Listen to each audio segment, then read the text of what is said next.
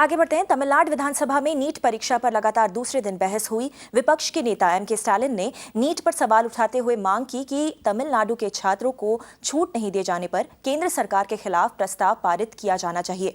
वहीं तमिलनाडु के मुख्यमंत्री पलनीसामी ने पलटवार करते हुए कहा कि जब नीट संसद में पास हो रहा था तब डीएमके ने संसद में तत्कालीन सरकार कांग्रेस का विरोध क्यों नहीं किया था। विधानसभा में हंगामे को बढ़ता देखकर स्पीकर ने मार्शल से कांग्रेस विधायकों को बाहर करने को कहा। एआईएडीएमके के एक विधायक ने आरोप लगाया कि नीट को रद्द करवाने के प्रयासों को तब धक्का लगा था जब कांग्रेस नेता नलिनी चिदंबरम नीट के समर्थन में सुप्रीम कोर्ट गई थी। தமிழகத்திற்கு நீட் தேர்விலிருந்து விதிவிலக்கு அளிக்க கோரி இந்த அவையில் 2 மசோதாக்கள் நிறைவேற்றப்பட்டு அது குடியரசுத் தலைவருடைய அனுமதிக்கும் அனுப்பி வச்சோம். ஆனால் இந்த அவையினுடைய உணர்வுகளை மத்திய அரசு கிஞ்சிற்றும் மதிக்கவில்லை.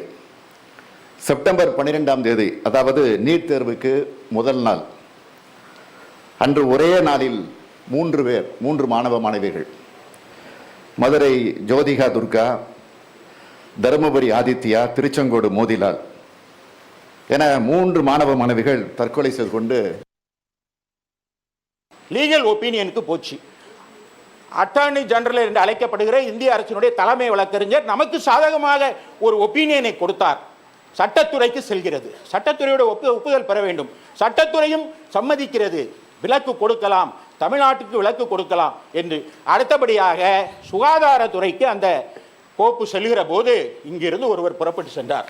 உங்களுடைய திராவிட முன்னேற்ற கழகத்தினுடைய டெல்லி நண்பராக இருக்கிற ப. சிதம்பரம் அவருடைய அருமை மனைவி நளினி சிதம்பரம் உச்ச நீதிமன்றத்திற்கு சென்றாரா இல்லையா? ஆக துருப்பிடித்த ஆயுதங்களை கொண்டு வந்து போரிட்டு வரலாற்றை திரிக்க வேண்டும் என்று நீங்கள் நினைக்காதீர்கள். யாரு நீட் தேர்வு ரத்து செய்யப்பட்டதை மீண்டும் கொண்டு வருவதற்கு யார் காரணம்? நாங்க இல்ல. நீங்க கூட்டணி வச்சிருக்கீங்களா? பேர் சொல்லி வெளிநடப்பு செஞ்சாங்களா? அவர் நீதிமன்றத்தில் வாதாடி வெளியில வந்தது முற்றுப்புள்ளி வச்சுட்டு சொன்னாங்க. நீங்க வந்து கூட்டணி இடம்பெற்று 2010 நீட் தேர்வு கொண்டாதனாலதான் 13 பேர் மரணத்துக்கு காரணம் திராவிட முன்னேற்ற கழகம் துணை போடும். யாரும் மறுக்க முடியாது. வரலாற்று பிழையை நீங்க ஏற்படுத்தியிருக்கிறீங்க. इस मुद्दे पर ज्यादा जानकारी लेकर हमारे संवाददाता प्रमोद माधव इस समय लाइव जुड़े हैं। Pramod, NEET exams has always been a political hot potato of a kind in the state of Tamil Nadu and now we are seeing DMK and AIADMK locking horns in the assembly. What more can you tell us about this particular heated exchange?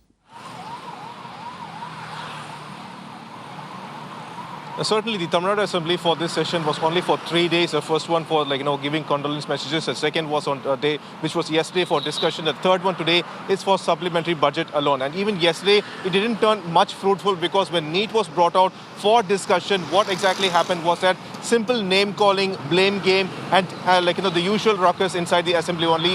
Very unfortunate that a long time any kind of solution has not been derived for NEET in the state of Tamil Nadu.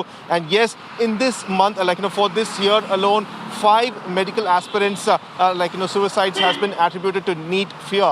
So when this was brought in the assembly, it was just name calling and blame game between DMK and AIDMK. But finally yesterday an interim solution was also brought out by passing a bill which is providing 7.5% reservation for students who have come from government schools who cleared NEET but unfortunately could not get any seat. So that is the only interim solution that has been acquired for NEET for now, but no long-term solutions as of now. Right. Thank you, Pramod, for giving all those details.